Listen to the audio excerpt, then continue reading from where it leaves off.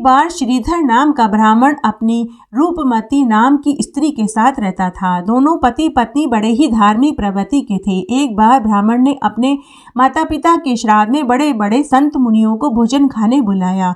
ब्राह्मण ने अपनी पत्नी से कहा कि भगवान श्राद्ध वाले दिन भोजन बनाने में शुद्धता और पवित्रता का ध्यान रखना। तब ब्राह्मणी ने खीर, मालपुए, कचौरी, पकौड़ी, अनेक स्वादिष्ट व्यंजन बनाए।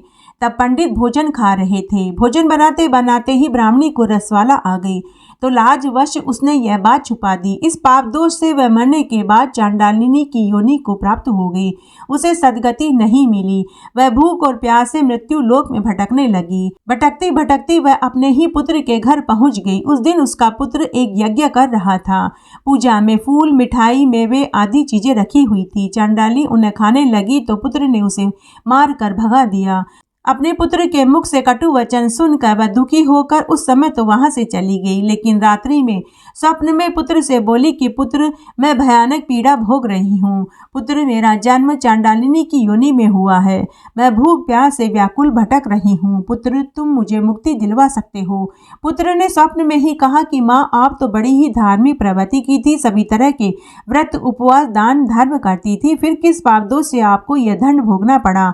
तब माता ने कहा कि पुत्र, एक बार तुम्हारे पिता ने तुम्हारे दादा दादी के श्राद्ध में पंडितों को भोजन खाने बुलाया था। भोजन बनाते बनाते ही मुझे रजस्वाला आ गई थी। मेरा दूषित भोजन पंडितों ने खाया, जिसका मुझे ये दंड मिला है। पुत्र ने कहा कि माता, मैं तुम्हारे उद्धार के लिए ऐसा क्या करूं कि तुम्हें सद्गति मिले और तुम चांडालिनी की योनि से मुक्त हो जाओ। तब माँ ने कहा कि बेटा, तुम भादवा मास के कृष्ण पक्ष की षष्ठी तिथि को चंदन छठ व्रत करके उसका पुण्य मुझे सौंप देना, तो मुझे मुक्ति मिल जाएगी। पुत्र ने ऐसा ही किया, जिससे चंडालिनी को मुक्ति मिल गई। वह दिव्य देह धारण करके स्वर्ग जाने से पहले अपने बेटा बहू पोतों को सदा सुखी रहने का आशीर्वाद देकर चली गई। इस व्रत को करने से नीच योनि से छुटकारा मिल जाता है।